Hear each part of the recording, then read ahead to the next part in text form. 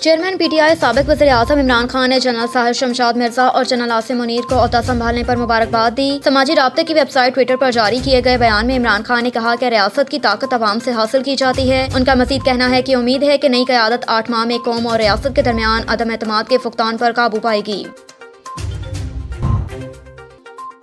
اٹک سے bureau chief ابرار حسین کی report کے مطابق تحصیل نائب صدر یوتھ ونگ اٹک مسلم لیگ نون فاروق خان، ملک سیف اللہ خان، حامد قدوس اور سینئر صحافی شبیر احمد کی D S P Qasim Khusro سے ملاقات۔ تحصیل نائب صدر یوتھ ونگ اٹک مسلم لیگ نون فاروق خان، ملک سیف اللہ خان، حامد قدوس اور سینئر صحافی شبیر احمد نے ڈی ایس پی اس کی قاسم سے ملاقات کی۔ ملاقات میں فاروق خان نے تفصیلی گفتگو کرتے ہوئے کہا کہ مانسر سے اٹک خرد تک گشت کو تیز کیا جائے کیونکہ اس علاقے میں وارداتوں کی تعداد میں روز بروز اضافہ ہونے لگا۔ اس موقع پر انہوں نے ڈی ایس پی سمیت پولیس کی کارکردگی کو سراہا۔ کہا کہ آپ کی تعیناتی کے بعد حضروں میں جرائم کی شرح میں کمی واقع ہوگی۔ ہم امید کرتے ہیں کہ آپ کے زیر سایہ حضر پولیس اسی طرح بہترین کارروائی کرتی رہے، جرائم پر قابو پائیں گے، جس پر D S P Hazro Qasim نے اپنے اور حضرات الیاس کی طرف سے بھرپور تعاون کی یقین دہانی کروا دی۔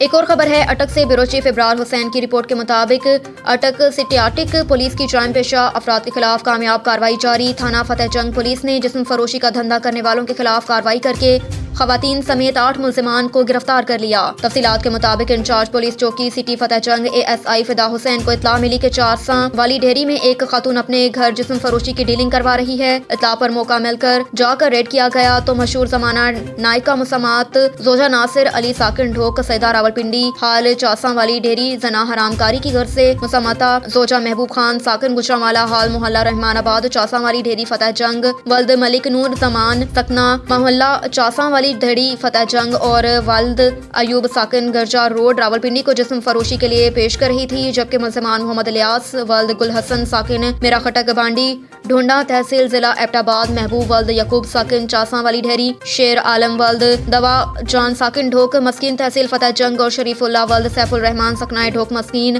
تحصیل فتح جنگ ضلع اٹک زنا حرام کاری کے لیے خواتین کو خرید رہے تھے۔ ملزمان کو حسب ضابطہ گرفتار کر کے مقدمہ درج کر لیا۔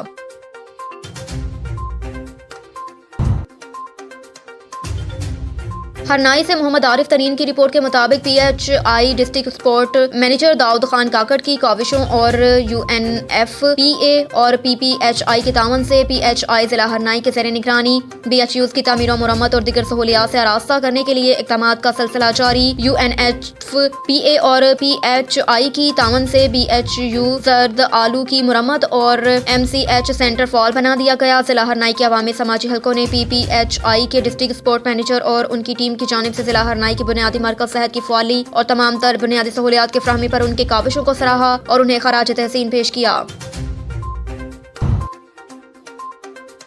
لورالائی بلوچستان سے بیورو چیف میاں محمد طاہر بشیر ارائیں کی رپورٹ کے مطابق بی پی ایل سیزن 4 کا آغاز بی پی ایل کمیٹی کے صدر مسعود بھوریوال اور چیئرمین ملک فہیم زیب قدسئی نے be P L season 4 deputy speaker Sardar Babar Khan Musa Khel T10 league کا آغاز کر دیا، جس میں لورالائی کے علاوہ ملک بھر سے مائے ناز کھلاڑی حصہ لیں گے۔ لیگ میں کل 12 فرنچائز حصہ لیں گی۔ B P L season 1 Asfandyar Kakar, B P L season 2 Haji Abdulsalam Alozai اور B P L season 3 doctor Muhammad Shah Qudsai کی کامیابی کے ساتھ بی پی ایل سیزن 4 سردار بابر خان موسیٰ خیل کے لیے کھلاڑیوں کی نیلامی جاری ہیں۔ گزشتہ سیزن کی طرح اس مرتبہ بھی مختلف franchise owner be P L میں اپنی دلچسپی دکھا رہے ہیں۔ Be P L season 4 deputy speaker Sardar Babar Khan Musa Khel T10 league کے ونر ٹیم کو گاڑی دی جائے گی، جبکہ رنر اپ ٹیم کو 3 موٹر سائیکل دیے جائیں گے۔ بی پی ایل کے صدر مسعود بھوریوال نے ٹیم مینجمنٹ، لورالائی کے قبائلی معتبرین اور تماشاؤں کا شکریہ ادا کرتے ہوئے کہا کہ گزشتہ 3 سیزن کی کامیابی میں بہت ساتھ دیا، جن کی بدولت بی پی ایل سارا سال کامیابی کے ساتھ مزید دلچسپ ہوتا جا رہا ہے اور انشاءاللہ بی پی ایل سیزن 4 میں ہمیں مزید کامیابیاں ملیں گی۔